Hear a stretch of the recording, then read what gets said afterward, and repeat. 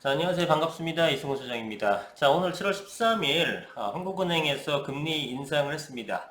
금리 인상에 대한 것들은 어느 정도 예상을 했습니다만 역대 처음으로 빅스텝을 밟았습니다. 0.25%포인트 올리는 게 거의 관례적이었는데 이번에 이렇게 두 배인 0.5%포인트 인상을 함으로써 기준금리가 기존의 1.75%에서 2.25%로 늘어났고 3연속 인상을 했는데 이것도 역시 역대 처음이라고 합니다. 굉장히 가파르게 금리를 인상하는 모습을 보이고 있는데 왜 이렇게 지금 금리를 올리고 있는지 그리고 하반기에 계속 이런 식으로 올릴 건지 등등 그런 기준금리 인상에 관한 내용을 한번 살펴보도록 하겠습니다. 자, 그럼 금통위의 기자간담회 모두 발언을 통해서 한번 내용 살펴보도록 하겠습니다. 자, 한 번에 0.5%포인트 이상을 인하한 적은 있지만 0.5%를 한 번에 인상하는 것은 없었다는 거죠. 그만큼 인상에 대해서는 굉장히 조심스럽게 가야 됩니다. 왜냐하면 금리가 인상됐을 때 가장 여러분들한테 고통이 배가 되는 거죠. 그죠? 이 금리 인하되는 건 즐겁죠. 어떻게 보면은. 그죠? 대출도 잘 받을 수 있고, 경기도 활성화되는 거고. 근데 인상은 전혀 다릅니다. 경기도 둔화될 수 있는 거고, 여러분들 생활에 밀접한 연관이 있기 때문에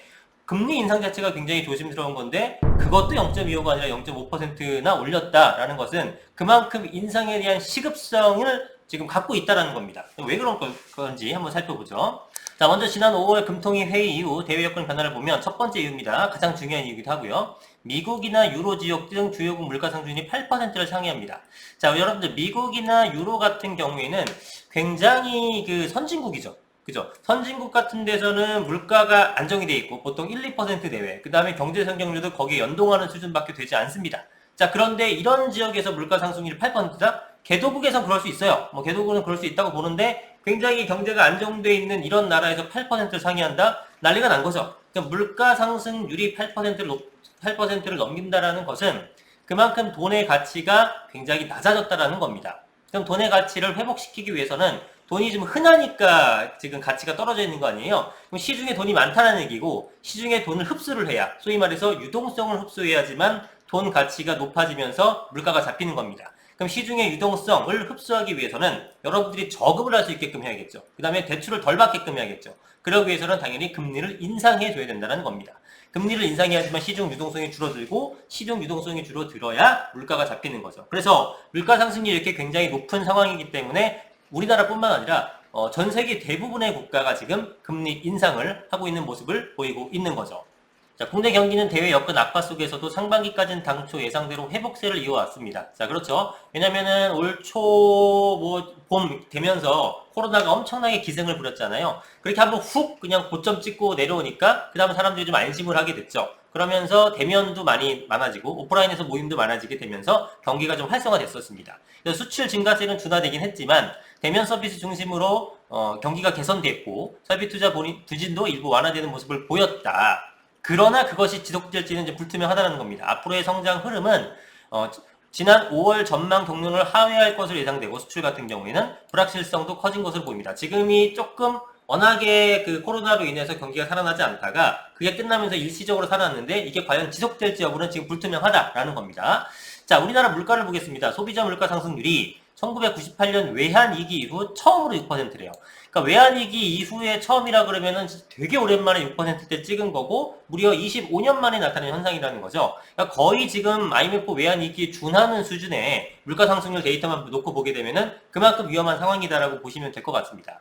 그래서 그 속도도 오히려 지금 가중되고 있어요. 작년 8월서부터 지금 여러 차례 올렸죠.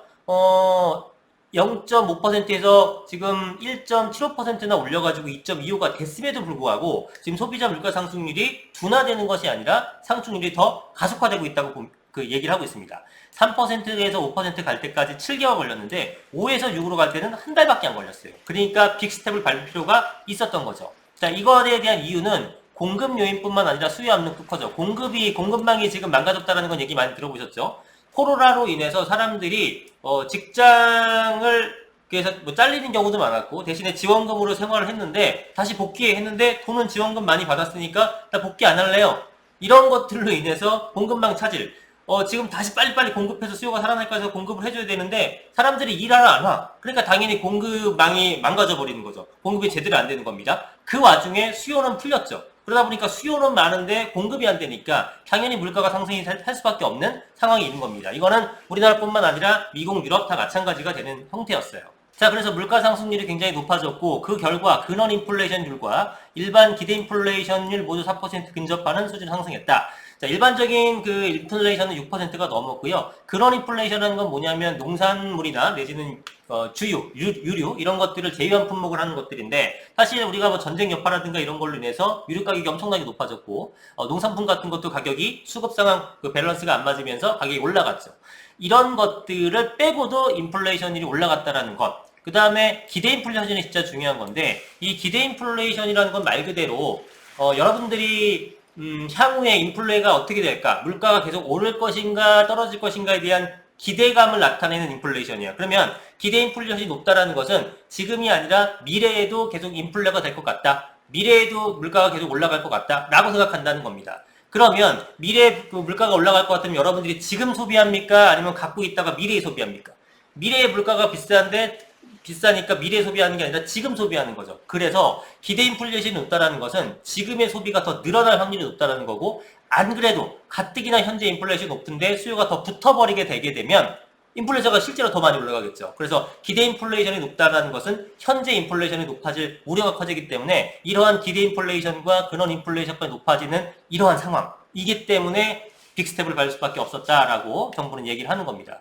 자, 국내 금융시장에서도 변동성이 확대되었다. 원달러 환율은 지금 1,300원 이상이 되고 있고요. 그 다음에 주식 같은 거는 지금 2,300 뭐 내외에 지금 하고 있고요. 그 다음에 매매 가격, 지금 부동산도 보합세를 미루고 있고 굉장히 지금 전반적으로 유동성이 꺾이다 보니까 안 좋죠. 코인은 뭐 거의 속된 말로 박살이 났고요.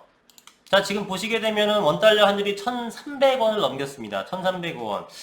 1,100원대일 때 누가 앞으로 달러를 사면은 좋을 것이다라고 제 지인이 말씀해 주셨는데 그때는 별로 이렇게 귀담아 듣지 않았는데 후회가 되네요. 어쨌든 지금 원달러 환율이 지금 1,300원을 넘어가고 있는 그런 상황인 거고 코스피도 2,300대입니다.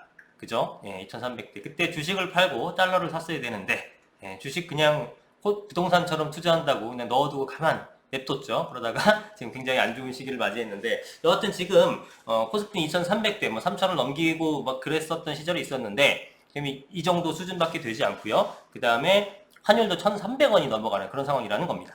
자, 그래서 그러한 이유로 인해서 이번에 기준금리를 50bp 0.5% 인상했다. 그리고 이 결정은 금통위 전원에 일치였다. 반대가 없었다라는 겁니다. 그만큼 지금 현재 인플레 상황이 매우 위기다라고 진단했다라는 거죠.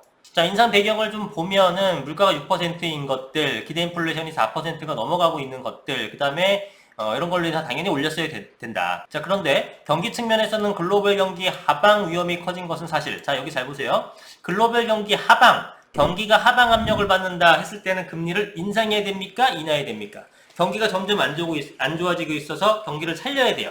그러면 금리를 당연히 인하를 해야 되는 겁니다. 그럼에도 불구하고 왜 인상했느냐? 경기의 하방 위험이 있지만 커진 것은 사실이지만 아직 여러 가지 변수로 인해서 확실치 않다. 확실하게 하방으로 쭉 갈 것 같은 것이 불확실하다라고 예상을 했고 그것보단 당장의 물가 상승이 너무 크기 때문에 지금으로서는 인상이 맞다라고 판단했다라고 얘기를 하는 겁니다. 자, 그럼 앞으로는 어떻게 될 것이냐? 앞으로는 물가 오름세가 지속될 것으로 전망되기 때문에 당연히 금리 인상을 계속합니다. 금리 인상 계속하되 기준금리를 50bp 인상한 만큼 국내 물가 흐름이 현재 우리가 전망하고 있는 경로를 크게 벗어나지 않는다면 당분간은 그냥 25bp로 평소처럼 0.25% 인상으로 점진적으로 인상해 나가는 것이 바람직한 방향이다라고 얘기합니다. 다만 인플레이션이 그럼에도 불구하고 가속화되거나 뭐 다른 변수가 있다 그러면은 역시 빅스텝을 또 밟을 가능성도 있다라는 겁니다. 배제할 수 없다라는 거예요. 특히나 지금 7월달에 FOMC 미국에서 FOMC에서 그 지난번에 그 자이언트 스텝 밟은 것처럼 뭐 그런 식의 빅스텝 내지 자이언트 스텝 뭐 심지어 울트라 스텝까지 얘기하는데 그런 것들에서 크게 상승시킨다면 우리도 따라서 올릴 수밖에 없겠죠. 한미 기준금리 추이를 보게 되면 우리가 2.25%로 올렸기 때문에 이제 좀 차이를 벌렸지만 그 전까지는 지금 미국 같은 경우가 1.5에서 1.75 정도로 되기 때문에 이번에 역시나 0.5에서 0.75 정도 올린다 그러면 또 동일해지죠. 미국과 우리나라가 동일한 금리를 갖고 있으면은 우리나라에 있는 돈들이 다 미국으로 빠져나가겠죠. 누가 봐도 우리나라보단 미국이 안전한 나라니까. 돈이 안전한데 수익도 똑같다. 리스크는 더 낮은데 수익이 똑같다. 여러분들 당연한 선택하지 않겠습니까? 안전하면서 돈 주는 대로 가겠죠. 그렇기 때문에 만약에 미국이 그러한 결정을 내린다면 우리는 0.25가 아니라 또다시 0.5% 빅스텝을 밟을 가능성도 배제할 수는 없다는 겁니다. 물론 원칙은 지금 0.25로 막으려고 하는 거지만요.